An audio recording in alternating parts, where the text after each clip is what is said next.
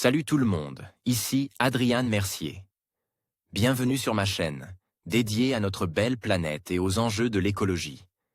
Si vous voulez en apprendre plus sur comment protéger notre environnement et adopter des gestes éco-responsables, pensez à vous abonner pour rester informé.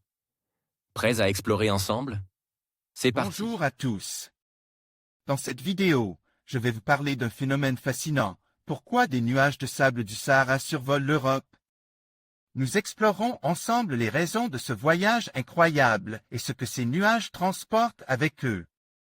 Vous découvrirez comment le vent peut transporter des particules de sable sur des milliers de kilomètres et l'impact que cela peut avoir sur notre environnement.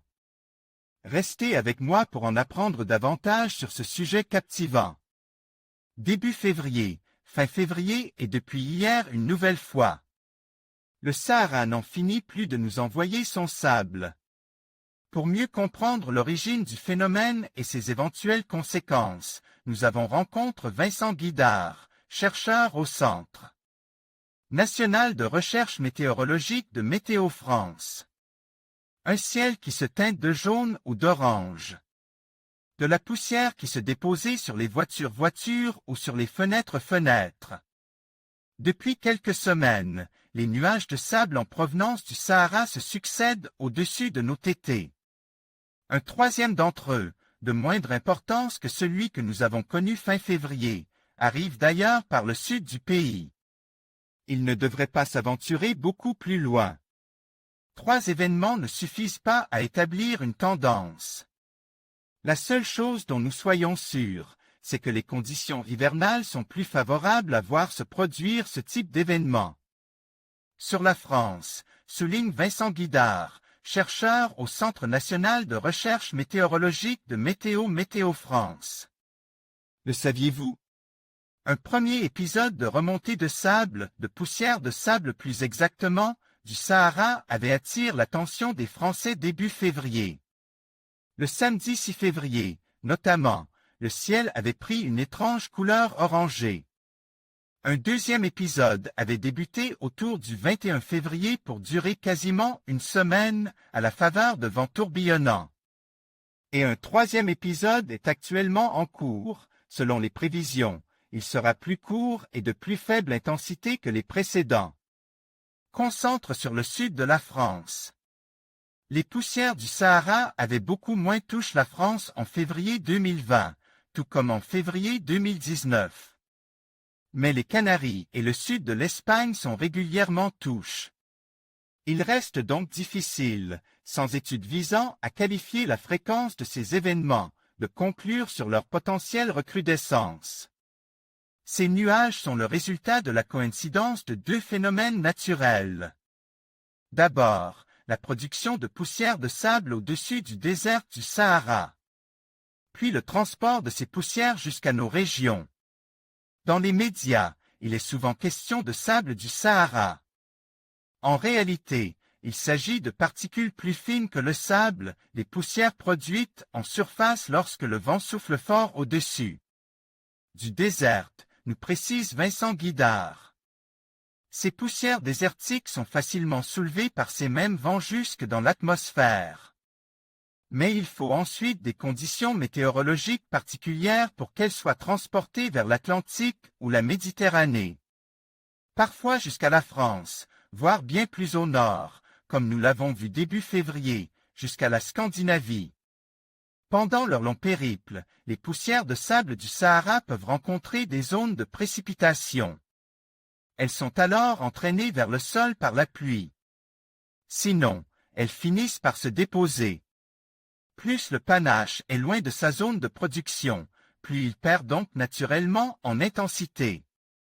Nuages de sable du Sahara, l'importance de bien les prévoir. Ce phénomène de remontée de poussière de sable du Sahara peut avoir diverses conséquences.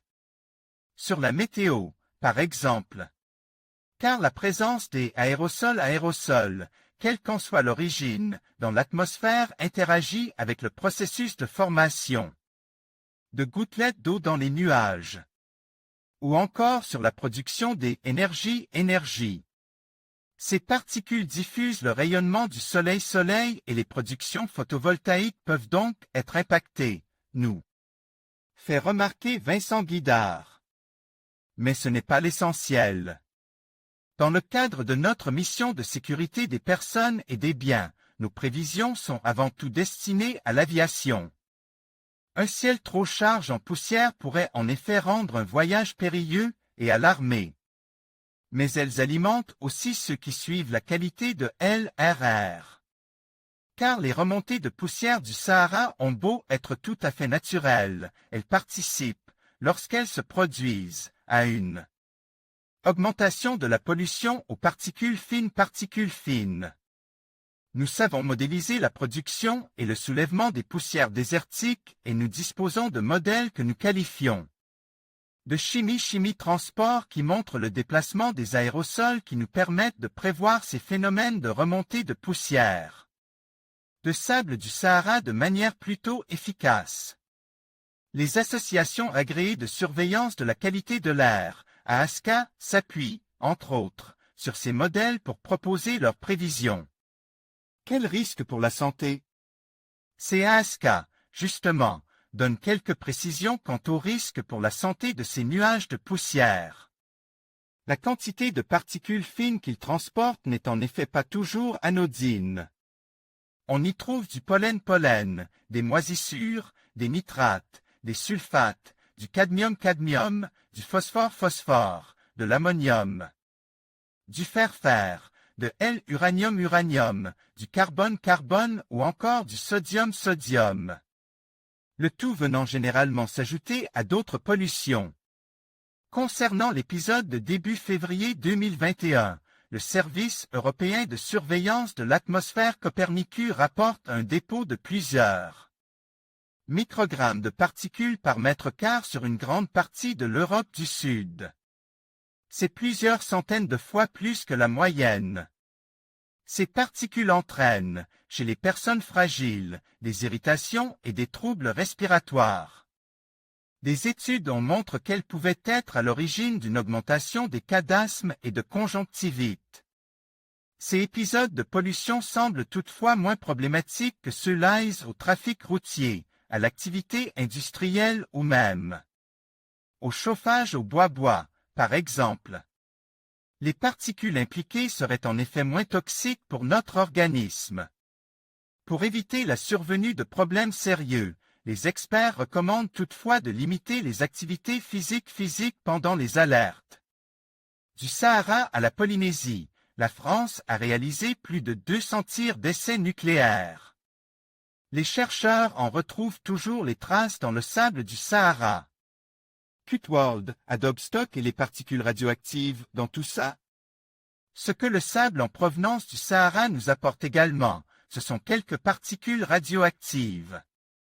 Du césium-137 pour être précis. Celui qui a été produit au début des années 1960 par les essais nucléaires réalisés par la France dans cette région du globe. Et le césium-137, c'est une substance radioactive qui émet des rayonnements gamma pénétrants qui n'existent pas dans la nature. Mais les quantités de césium-137 mesurées en France, fin février notamment, restent très faibles. Insignifiantes, même. L'Association pour le contrôle de la radioactivité dans l'Ouest, ACRO, a ainsi annoncé un chiffre de 80 000 becquerels. Becquerel, BQ, par kilomètre quart, soit 0,08 BQ, M2. Un chiffre difficile à comparer avec les chiffres de l'Institut de radioprotection et de sûreté nucléaire, IRSN, qui lui, réalisait des mesures, non pas sur la poussière déposée au sol, mais à partir d'un air aspire directement dans l'atmosphère avec un résultat en microbecquerel par mètre cube, BQ, M3. Selon les analyses de l'IRSN réalisées fin février, justement, à l'exception de l'Essonne, 0,25 BQ, M3, et Clermont-Ferrand, 0,76 BQ, M3, les niveaux ne se sont pas particulièrement élevés au-dessus de ceux qui caractérisent le bruit de fond, résultat D. Divers essais nucléaires effectués au cours du XXe siècle ou de quelques accidents, soit 0,15 BQM3. Pour se faire une idée, au moment de l'accident de Fukushima, le nuage qui avait survolé la France avait fait monter les niveaux à quelques 100 à 200 BQM3. Quant au fameux nuage de Tchernobyl, il avait été responsable de mesures allant jusqu'à un BQM3. Pas de crainte particulière à avoir donc, de ce côté. Juste un rappel que plus de 60 ans après les essais nucléaires français dans le Sahara, le sable de la région garde encore les traces d'une contamination radioactive. Le ressenti du public est difficile à prévoir. Nos modèles prévoient efficacement la survenue de ces phénomènes de remontée de poussière en provenance du Sahara. Mais il est plus difficile de prévoir le ressenti du public. Il dépend de données très subjectives. Lorsque vous êtes confiné et que vous vous levez un samedi matin avec un ciel apocalyptique, vous ne pouvez pas ne pas vous poser des questions. Les scientifiques et les médias sont là pour démystifier ce genre de phénomène tout à fait naturel. Et permettre au grand public de les appréhender plus sereinement fera avancer les choses, conclut Vincent Guidard. En conclusion, les nuages de sable du Sahara qui survolent l'Europe sont un phénomène fascinant qui illustre les interconnexions entre les différents écosystèmes de notre planète. Ces tempêtes de sable transportent non seulement des particules minérales essentielles pour la fertilité des sols, mais elles peuvent également influencer le climat et la qualité de l'air. Comprendre ces dynamiques nous rappelle l'importance de la préservation de notre environnement et de la nécessité d'une approche globale face aux enjeux climatiques. En restant attentifs à ces phénomènes, nous pouvons mieux appréhender les défis que nous devons relever ensemble.